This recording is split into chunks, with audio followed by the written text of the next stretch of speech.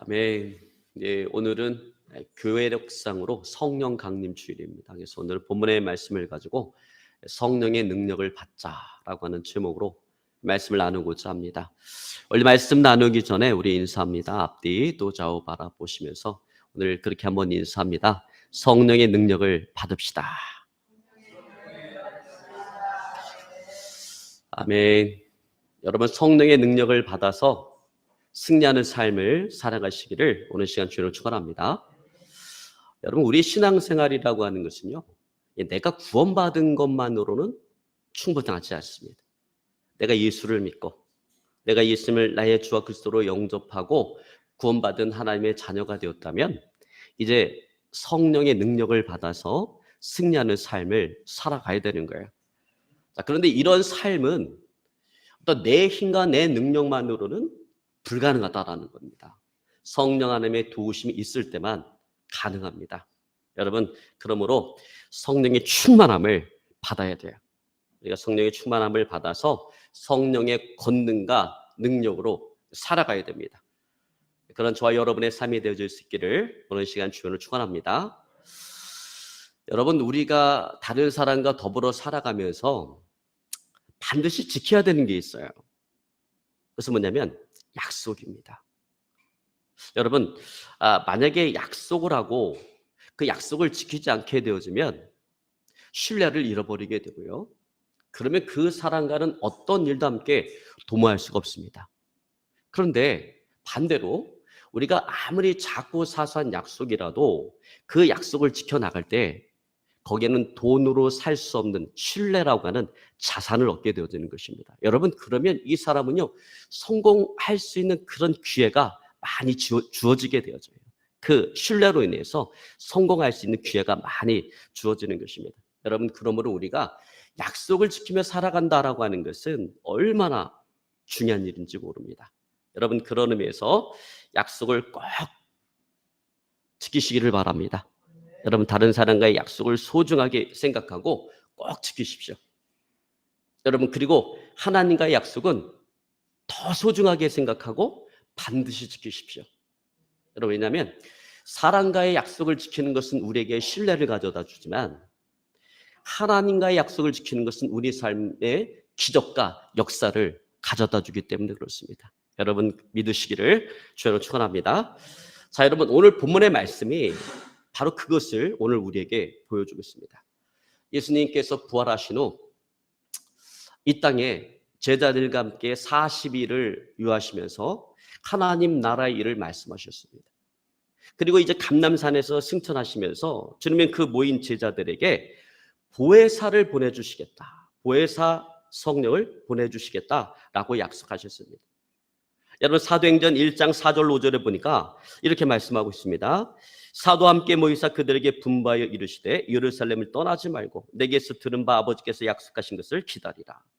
요한은 물로 세례를 베풀었으나 너희는 몇 날이 못되어 성령으로 세례를 받으리라. 자, 예수님께서 승천하시던 그날 이와 같은 약속을 받은 그 제자들은 무려 한 500여 명 정도로 이렇게 이제 생각이 되어집니다.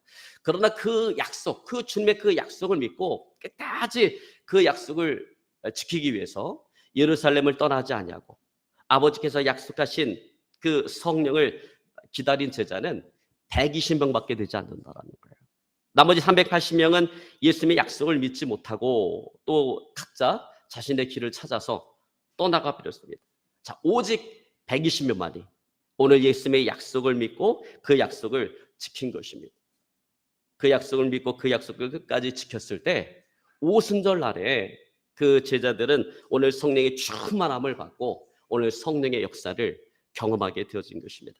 여러분, 그런 의미에서 성경에는 얼마나 많은 하나님의 약속이 있을까요? 여러분, 성경에 어느 목사님이 그걸 찾아보니까 성경에는 얼마나 많은, 우리를 향한 얼마나 많은 하나님의 약속이 있는가 찾아보니까 32,500가지의 약속이 있다라고 합니다. 여러분, 이 32,500가지 약속이 있는데 그 약속을 믿고 순종할 때 하나님의 기적과 역사를 체험할 줄로 믿습니다. 그럼 저와 여러분의 삶이 되어질 수 있기를 주의로 축원합니다. 자, 그런데 예수님께서 왜 제자들에게 이 보혜사 성령을 보내주시겠다 라고 하는 그 약속을 주셨을까? 왜 그런 약속을 하셨을까라고 하는 거예요. 이유는 간단합니다. 그것은 예수님께서 더 이상 제자들과 함께 할 수가 없기 때문에 그래요. 왜? 예수님이 이제 승천하셔서 하나님 아버지께로 가야 되기 때문에 더 이상 제자들과 함께 할 수가 없기 때문에 그래요. 자, 예수님과 함께하지 못하는, 함께하지 않는 그 제자들의 삶이라고 하는 것은 마치 목자를 잃어버린 어린 양의 삶과 다를 바가 없습니다. 여러분, 목자를 잃어버린 어린 양은요, 자신을 지켜줄 목자가 없기 때문에 일이나 늑대가 오면 꼼짝없이 잡혀 먹힐 수밖에 없습니다. 그런데 주님께서 함께하지 않는 그 제자들의 삶이 그렇다라는 거예요. 마귀의 밥이 되어줄 수밖에 없다라고 하는 거죠. 그러므로 예수님께서는 이제 자신의 역할을 대신할 그 보혜사 성령을 오늘 제자들에게 보내주시겠다라고 약속하신 것입니다. 그 보혜사 성령은 이제 예수님을 대신해서 제자들을 지켜주고 그들을 보호하고 그들을 인도해 줄 것입니다. 따라서 제자된 저 여러분 우리들도 이와 같은 역할을 하시는 그 성령으로 충만함을 받아야 되는 것입니다. 성령의 능력을 덧입어야 되는 거예요. 여러분 성령의 능력을 덧입으시기를 주님으로 축원합니다. 여러분 우리에게는요 두 번의 성령의 세례가 있어요. 자, 한 번은 구원을 위한 성령의 세례고 다른 한 번은 능력을 덧입기 위한 성령의 세례예요. 자, 오순절날 마가다라방에 임했던 그 120명의 제자들에게 임했던 그 성령 어떤 성령인가? 능력을 덧입기 위한 그런 성령이다라는 거예요. 예수님께서 감람산에서 승천하실 때 제자들에게 약속하셨던 바로 그 성령이다라는 거예요. 자, 같은 성령이에요. 성령의 역사는 똑같지만 뭐가 다른 거냐면 목적이 다른 거예요. 자, 하나는 구원을 목적으로 주어지는 거고 또 다른 하나는 신앙생활과 사역을 목적으로 해서 우리에게 주어지는 것입니다. 여러분, 우리 신앙생활이라는 게 만만하지가 않아요. 여러분, 신앙생활과 사역은 성령의 능력을 덧입지 않으면 이것은 늘 실패할 수밖에 없습니다. 그렇기 때문에 예수님께서는 자신의 사역을 이어갈, 자신의 사역을 대신해서 그 사역을 이어갈 제자들에게 오늘 보혜사 성령을 보내주시겠다라고 약속하신 것입니다. 그러므로 예수님을 믿어 구원받은 우리는 반드시 능력의 성령을 덧입어야 되는 거예요. 그래야 승리할 수가 있습니다. 여러분, 그래야 내 자신을 이기고 죄를 이기고 세상을 이기고 또 악한 원수 마귀가 가져다주는 그런 시험을 이길 수가 있는 것입니다. 여러분, 성령의 능력을 덧입으시기를 오늘 시간 주님을 축원합니다. 여러분, 베드로의 삶은 이와 같은 성령의 세례를 받기 이전과 받고 난 이후에 그 삶이 어떻게 다른지를 아주 분명하게 보여줍니다. 여러분, 베드로는 갈릴리 바닷가에서 물고기를 잡는 어부였어요. 근데 그 베드로를 예수님께서 사람을 낚는 어부로 부르셨습니다. 주님의 제자로 부르셨어요. 여러분, 예수님의 제자가 되었다라고 하는 것은 우리가 구원론적인 입장에서 보면 어떤 의미예요? 구원받은 하나님의 자녀가 되었다라는 거예요. 그러니까 베드로가 예수님을 나의 주와 그리스도로 영접하는 그 순간 그의 마음속에 그의 심령에는 성령께서 임재하신 것입니다. 자, 그러나 그럼에도 불구하고 이 베드로의 삶을 살펴보면 베드로의 삶은 늘 실패의 연속이었다라는 거예요. 베드로는 자신의 그 혈기를 다스리지를 못해요. 자기 자신을 이기지를 못합니다. 그래서 예수님께서 예루살렘을 향해 가실 때 이제 내가 예루살렘에 올라가면 십자가에 못 박혀 죽임을 받게 될 것이다. 죽임을 당하게 될 것이다 라고 이야기했을 때 베드로가 예수님 팔짱을 탁 끼고 예수님을 저쪽으로 끌고 가더니 절대로 그런 일은 있을 수 없습니다 라고 협박하듯이 욱박지릅니다. 왜냐하면 예수님 하나 믿고 여기까지 따라왔는데 예수님 하나 믿고 내 전 재산도 같은 그 100가지 버려두며 예수님을 따라왔는데 이제 예수님께서 예루살렘에 입성하시면 로마 제국을 몰아내고 예수님의 그 나라를 세우게 되면 그 나라에서 자신도 주님과 더불어서 어떤 한 자리를 할 수 있을 것이다라고 생각을 했는데 아니 예루살렘에 올라가서 십자가에 못 박혀 죽임을 당하게 될 것이다 라고 그렇게 얘기하니까 이 베드로가 견딜 수 없는 거예요. 그래서 베드로는 혈기를 내면서 십자가를 지시고자 하는 그 예수님을 가로막게 되어진 것입니다. 여러분, 이것은 십자가 사역을 그 가로막는 마귀에 주신 것입니다.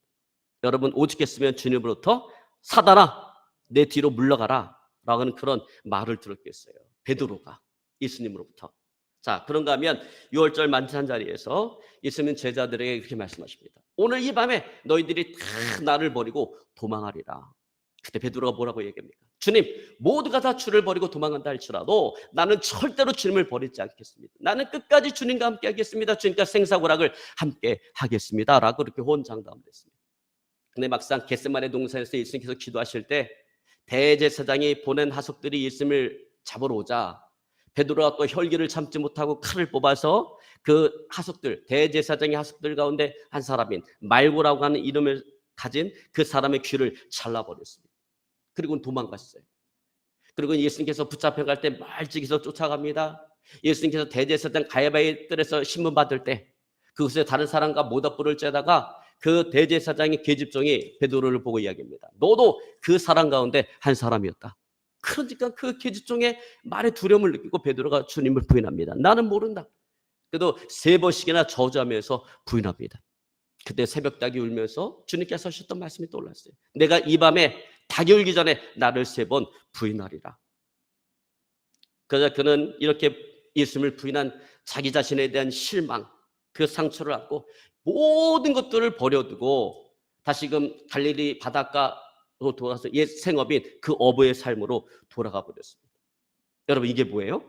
여러분 이러한 삶이 구원의 성령은 받았지만 능력의 성령을 받지 못한 오늘 베드로의 삶이었다라는 거예요. 여러분 우리도 마찬가지입니다. 구원의 성령을 받아서 내가 구원받은 하나님의 자녀가 되었어요. 근데 능력의 성령을 받지 못하면 늘 이렇게 내 자신을 이기지 못해서 이렇게 실패하는 삶을 살아갈 수밖에 없다라는 거예요. 자, 그러나 후에 베드로가 부활하신 주님을 갈릴리 바닷가에서 만나고 오순절날에 성령의 능력을 받았을 때 이 베드로의 삶은 완전히 달라져 버렸습니다. 자, 이제 베드로는 담대해졌어요. 복음을 전하다가 붙잡혀서 산에 들인 공의에 섰지만 베드로는 두려워하지 않았습니다. 오히려 강하고 담대하게 너희가 십자가에 못 박인 그 예수를 하나님께서 주와 그리스도가 되게 하셨다라고 선포를 합니다. 여러분 이제 더 이상 예수님을 모른다고 저주하면서 부인했던 과거의 베드로는 존재하지 않습니다. 이제 예수님과 복음을 위해서 얼마든지 내 자신의 목숨마저도 내던질 준비가 되어져 있는 그 베드로만이 존재하는 거예요. 자, 또한 혈기가 충만해서 항상 자기 자신을 이기지 못하고 실수와 실패를 연발하던 그 베드로가 여러분 베드로 후서에 보면 정말 자기 자신과 어울리지 않는 그런 말을 합니다. 베드로서 1장 6절로 7절에 보니까 이렇게 얘기합니다. 지식의 절제를, 절제의 인내를, 인내의 경건을, 경건의 형제 우애를, 형제 우애 사랑을 더하라. 여러분 여기 보면 뭐가 나와요? 절제, 인내, 경건, 형제 우애 사랑. 여러분 이런 말들이 지금 베드로하고 어울려요? 혈기가 방자한 베드로하고 어울리는 말이 아니죠. 이 성령 세례를 받기 전 그 베드로와는 전혀 어울리지 않는 말이에요. 그런데 성령의 세례를 받고 난 이후에 베드로는 이런 말들과 너무나도 잘 어울리는 그런 사람이 되었다라고 하는 것입니다. 그러므로 내가 내 자신을 이기고 변화받기를 원한다면, 죄를 이기고 세상을 이기고 악한 원수마귀가 주는 그 유혹을 이기고 승리하기를 원한다면 우리는 성령의 능력을 받아야 된다. 여러분 성령의 능력을 받으시기를 주로 축원합니다. 자, 그렇다면 중요한 건 이거죠. 그러면 우리가 어떻게 이 성령의 능력을 받을 수가 있을까? 성령의 능력을 받으려면 우리가 어떻게 해야 될까? 어렵지 않아요. 방법은 아주 쉽습니다. 오늘 예수님의 그 제자들이 보여준 것처럼 그대로 똑같이 따라서 하면 되는 것입니다. 여러분 사도행전 1장 12절 14절에 보니까 이렇게 기록하고 있습니다. 제자들이 감람원이라는 산으로부터 예루살렘에 돌아오니 이 산은 예루살렘에서 가까워 안식일에 가기 알맞은 길이라. 들어가서 그들이 요한은 다락방에 올라가니 베드로, 요한, 야고보, 안드레와 필립, 도마와 바돌로메, 마테와 및 알페오의 아들 야고보, 셀로디, 시몬, 야고보의 아들 유다가 다 거기 있어 여자들과 예수의 어머니 마리아와 예수의 아우들과 더불어 마음을 같이하여 오로지 기도에 힘쓰더라. 자, 여러분 여기 마지막 절에 보면 뭐라고 얘기합니까? 마음을 같이하여 오로지 기도에 힘썼다라고 기록하고 있습니다. 여러분 그래요. 성령의 능력을 덧입는 방법은 뭐밖에 없어요? 기도밖에 없다라고 하는 것입니다. 여러분 이 성령에 대한 약속은 성령을 받을 수 있는 길은 오직 기도밖에 없습니다. 근데 여러분 이렇게 예수님께서는 사도행전뿐만 아니라 누가복음에서도요 우리에게 성령을 주시겠다라고 하는 그 약속을 주십니다. 누가복음 11장 13절에 보니까 이렇게 말씀합니다. 너희 하늘 아버지께서 구하는 자에게 성령을 주시지 않겠느냐. 여러분, 구한다라고 하는 게 무슨 얘기예요? 기도한다라는 얘기죠. 기도하는 자에게 성령을 주시지 않겠느냐라고 하는 것입니다. 여러분, 그러므로 이 약속을 믿고 여러분 간절히 기도하시기를 바랍니다. 이 약속 믿고 간절히 기도한 120명의 제자들은 성령의 능력을 받았습니다. 여러분, 그러므로 성령 부어주심에 대한 그 하나님의 약속을 믿고 간절히 여러분 기도하는 저 여러분의 삶이 되어질 수 있기를 어느 시간 주를 축원합니다. 근데 오늘날 시대에 너무 안타까운 것은 뭐냐면요, 성령에 대한 갈급함이 없다라고 하는 것입니다. 여러분, 많은 믿음의 사람들이 만모니즘에 오염이 되었어요. 그래서 물질만 많으면, 돈만 많으면 그냥 만족해하는 그런 삶을 살아갑니다. 그러다 보니까 예배를 등한히 하고 기도를 하지 않고 말씀을 읽지를 않습니다. 여러분, 예배 드리는 거, 기도하는 거, 말씀 읽는 거, 이게 영적인 일이잖아요. 근데 이런 영적인 일들에 관심이 없어요. 근데 여러분, 이게 정말로 큰 문제라는 거예요. 이 엄청나게 큰 문제라는 것입니다. 여러분, 영적인 일에 관심이 없다라는 것은 무슨 얘기냐면 이미 영적으로 병들어 있다라고 하는 거예요. 예배를 드리지 않아도, 기도를 하지 않아도, 말씀을 보지 않아도 영적으로 전혀 답답함을 느끼지 못한다라고 하는 것은 무슨 얘기냐면 이미 내가 영적으로 몹시 아주 심하게 병들어 있다라고 하는 거예요. 여러분, 이 시간에 한번 자기 자신을 한번 돌아보기 원합니다. 내 자신을 점검해 보기 원합니다. 나는 영적으로 건강한가? 나는 정말 영적인 것들에 대한 갈급함이 내 안에 있는가라고 하는 거예요.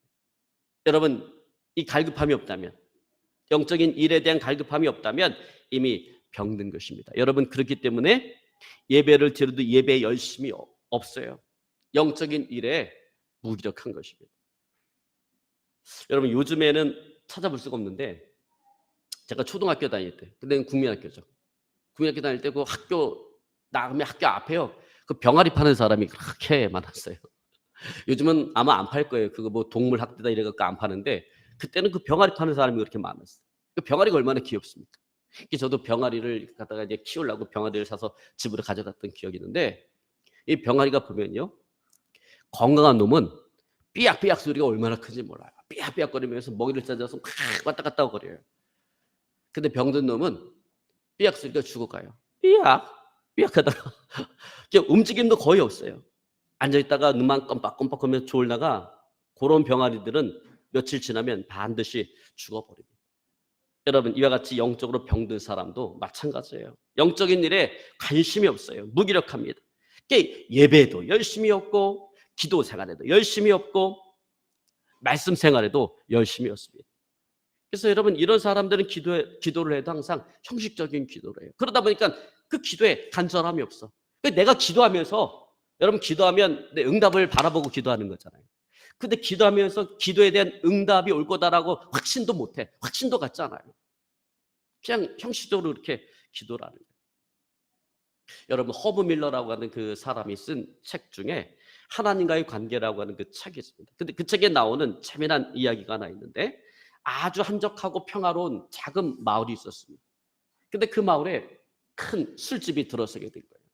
그냥 그 동네 사람들은 걱정이 이만저만한 것이 아니에요. 이제 저 술집으로 인해서 이 동네 사람들이 타락하게 될 것이다. 큰 걱정이 밀려와서 마을 모든 사람들이 교회에 몰려들었습니다. 교회에 와서 기도하기 시작하는 거예요.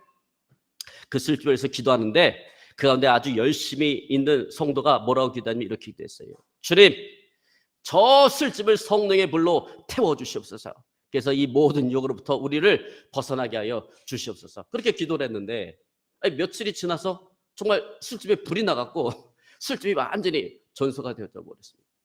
그래서 술집 주인이 교회 사람들이 모여서 이 술집에 불이 나기 위해서 기도했다라고 하는 얘기를 듣고 그 교회를 기소를 했어요. 그래서 판사 앞에서 재판을 받게 되었는데, 교회는 이 술집이 불이 난 것에 대해서 교회는 책임이 없다라고 주장을 하면서 이렇게 얘기했습니다. 우리가 기도한 것은 사실입니다. 그러나 기도했다고 해서 어떻게 술집에 불이 일어날 수가 있습니까? 그런 일은 절대로 없습니다.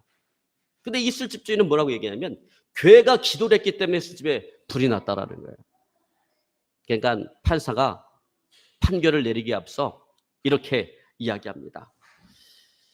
술집 주인은 기도의 능력을 믿고 있는데 정작 교회 목사와 성도들은 기도의 능력을 믿지 못하고 있군요. 내가 볼 때는 목사님보다 술집 주인이 믿음이 더 좋습니다. 여러분, 오늘 많은 그리스도인들이요, 기도는 하지만 기도에 대한 응답, 성령의 역사에 대한 어떤 그런 기대감이 없습니다. 여러분, 예수님이 당시에 감난산에 모였던 500여 명의 제자들 가운데 도중에 포기하고 돌아가 버린 380명이 바로 그런 자들일 거예요. 그들은 끝까지 예수님의 약속을 믿지 못하고 기도를 하면서 자기들의 어떤 기도의 응답에 대한 확신을 갖지를 못했던 것입니다. 그래서 그들은 모든 것들을 포기하고 각자 자기 자신의 길을 찾아서 떠나갔던 것입니다. 그러나 하나님의 약속을 믿고 끝까지 기다리며 기도했던 오늘 이 120명의 제자들은 기도에 대한 응답으로 오늘 성령의 능력을 받았던 것입니다. 그래서 그들은 자신들을 이기고 세상을 이기고 죄를 이기고 악한 원수 마귀를 이기며 세상을 변화시킬 수 있는 능력의 사람들이 되어진 것입니다. 여러분, 그렇습니다. 하나님의 약속을 믿고 구하는 것은 반드시 응답되게 되어져 있습니다. 여러분, 그러게 예수님께서도 마태복음 21장 22절에 너희가 기도할 때 무엇이든지 믿고 구한 것은 다 받으리라 라고 말씀하고 있는 것입니다. 여러분, 우리도 이와 같은 기도에 대한 확신과 열정이 필요합니다.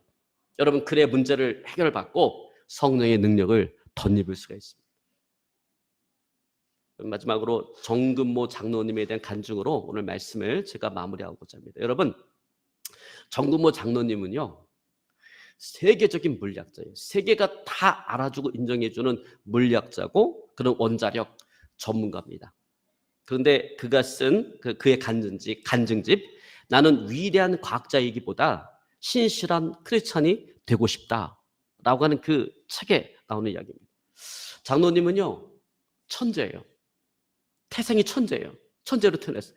얼마나 뛰어난 천재냐면 그 당시 서울에서 최고의 고등학교인 경기고등학교를 1등으로 들어갔습니다. 그때 1등으로 들어갔는데 고등학교 3년에 걸쳐서 그 고등학교 과정을 다 하는 게 너무나도 시간 낭비인 것 같고 지루하다고 생각해서 그 3년 과정을 4개월 만에 끝내버렸어요. 4개월 만에 검정고시를 패스하고 서울대학교 물리대학에 들어갔어요.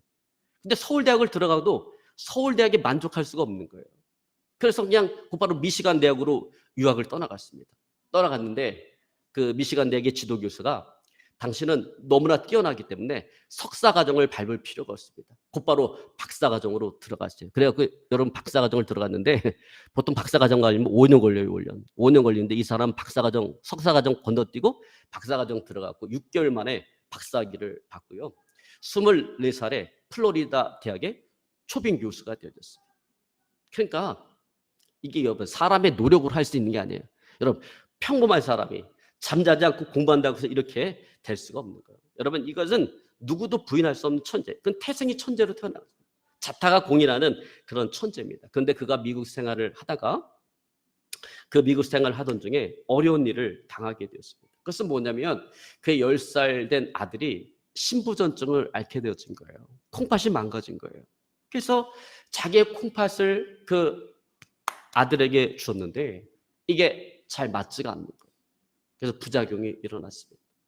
부작용을 치료해서 주사를 놓자니 주사로 인해서 또 생겨나는 부작용이 더 큰 거예요. 주사를 놓을 수도 없고 주사를 안 놓을 수도 없는 진퇴양난의 상황이 되어져 버렸습니다. 이제 생사의 기로에서 아들은 죽어가고 있는데 할 수 있는 것이 아무것도 없습니다. 그런데 교회로부터 전화가 걸려왔습니다. 기도할 일이 있으니 교회 기도에 참석하라는 거예요. 그 전화를 받는 순간 이 정금모 장로의 화가 치밀어 올랐습니다. 지금 내 형편과 상황을 누구보다도 잘 알고 있는 교회가 어떻게 이렇게 야속하게 우리를 알고 기도에 나오라고 이렇게 전화질이나 이렇게 할 수가 있는가? 그런데 그의 아내가 옷을 이렇게 챙겨 입더니 교회를 가려고 하는 거예요. 그래서 정금모 장로님이 그 아내에게 이야기합니다. 여보, 지금 우리 아들이 생사의 기로에 놓여 있고 언제 죽을지 모르는데 어떻게 우리가 이 자리를 떠날 수가 있어? 그래서 그 아내가 이야기합니다. 여보, 우리가 여기 있으나 없으나 우리가 할 수 있는 것은 아무것도 없어요. 하나님께 맡겨야 돼요. 우리가 여기 있으나 없으나 우리가 이 아이를 위해서 할 수 있는 것이 무엇이 있겠어요? 하나님께 맡깁시다. 그리고는 두 부부가 교회를 가서 얼마나 간절히 기도했겠어요. 하나님께 맡기고 정말 하나님께 간절히 기도했는데 놀라운 일이 벌어졌습니다. 곧 죽어가던 그 아이가 정말 기적적으로 깨끗하게 치료함을 받게 되었던 것입니다. 이제 말씀을 정리하기 원합니다. 여러분 그렇습니다. 하나님의 약속을 믿고 구한 것은 반드시 응답되게 되어져 있습니다. 주님은 제자들에게 너희는 몇 날이 못 되어 성령으로 세례를 받으리라 라고 약속하셨습니다. 그리고 제자들은 그 약속을 믿고 마음을 같이해서 전혀 기도에 힘썼을 때 오순절 날이 이름에 마침내 성령의 충만함을 받게 되어진 것입니다. 그래서 그들은 자신을 이기고 죄를 이기고 세상을 이기고 악한 원수 마귀를 이기는 승리의 삶을 살아갈 수 있게 되어진 것입니다. 저 여러분 우리도 마찬가지입니다. 여러분 우리도 성령의 능력을 덧입어서 승리하는 삶을 살아가야 될 줄로 믿습니다. 여러분 항상 성령 충만에 대한 하나님의 약속을 믿고 항상 성령을 사모하고 늘 기도함으로 항상 성령의 능력을 덧입어서 승리하는 그런 삶이요 인생이 되어질 수 있기를 오늘 시간 주를 축원합니다. 오늘 말씀 붙잡고 간절히 기도하기 원합니다. 하나님